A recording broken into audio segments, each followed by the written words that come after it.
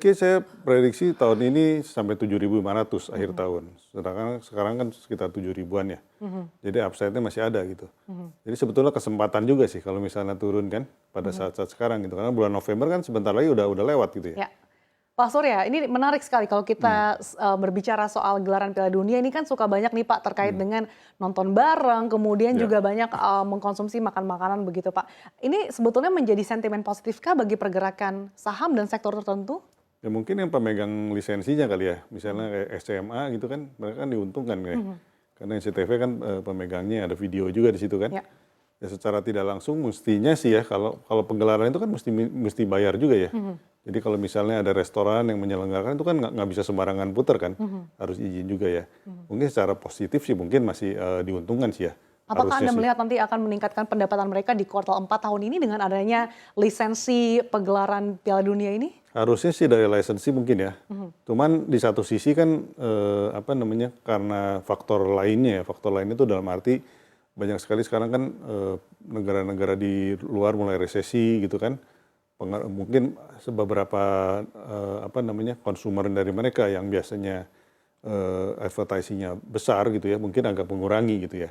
Jadi mungkin ada faktor di situ juga. Jadi antara yang sepak bola mungkin positif, tapi ada faktor lain yang mungkin negatif gitu ya.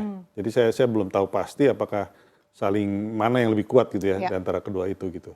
Oke, Mas Robert, kalau pandangan Anda dengan adanya fenomena nonton bareng, kemudian meningkatnya konsumsi di tengah pegelaran Piala Dunia saat ini, sebetulnya seberapa besar sih bisa menopang kinerja IHSG dan juga sektor-sektor saham tertentu? Ya, dengan saat ini kan Piala Dunia itu tidak sama dengan Piala Dunia sebelumnya yang bisa diakses dengan mudah. Kalau saat ini hanya pemegang lisensi dan ketika nobar pun harus izin sama pemegang lisensi, tidak Mhm. seperti yang terdahulu yang bisa nobar kapan aja, di mana aja, bebas, gratis. Sekarang ini ada biaya dan saya rasa itu mungkin juga bisa mempengaruhi ya. Biasanya kan euforianya bisa dirasakan sampai tempat makan, itu menjadi daya tarik tempat makan Hmm. juga, orang berbondong-bondong nobar di sana. Namun saat ini dengan adanya peraturan lisensi tersebut, saya rasa ini di tengah juga kondisi ekonomi saat ini, saya rasa itu bisa mengurangi beberapa appetite para konsumen untuk datang ke tempat makan, mungkin itu bisa berkurang. Namun saya rasa untuk pemegang lisensi ya ada keuntungan, terutama SCMA ini kan punya video dan saya rasa pertumbuhan user dari video sendiri juga bisa bertumbuh kalau Mhm. kita melihat di Olimpiade terakhir di Jepang 2020 ini kan juga ada pertumbuhan dari user video saat pagelaran Olimpiade tersebut dan saya rasa ini juga akan menjadi momentum untuk video meningkatkan usernya ketika ada Piala Dunia dan memang SMA sendiri kan menjual tayangan Piala Dunianya di video dengan saya rasa budget yang masih cukup mampu dibeli oleh masyarakat di kalau nggak salah di 50 ribuan untuk menonton keseluruhan pertandingan via mobile phone.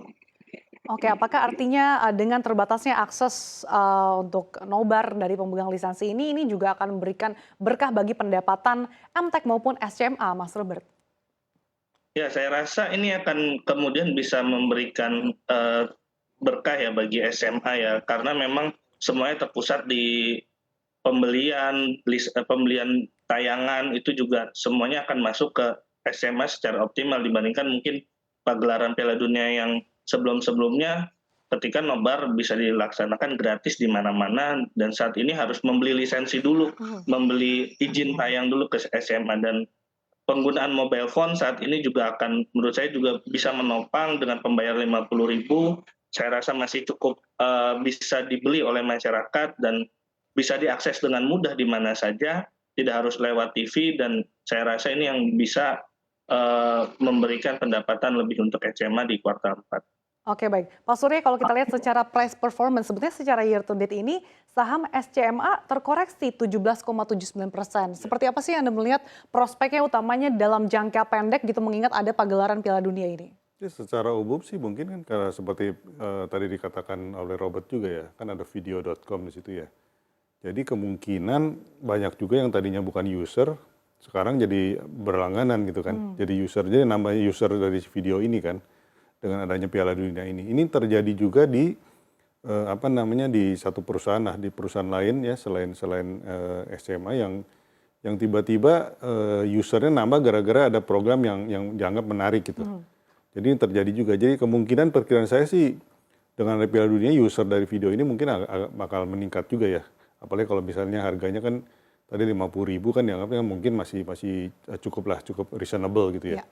Jadi Kalau dari seharusnya positif segi lah. pergerakan saham, apakah Anda melihat masih memiliki upside potensial dengan potensi meningkatnya user? Harusnya karena dengan adanya penurunan cukup besar ya tahun ini kan perusahaan-perusahaan itu kan tertekan lah.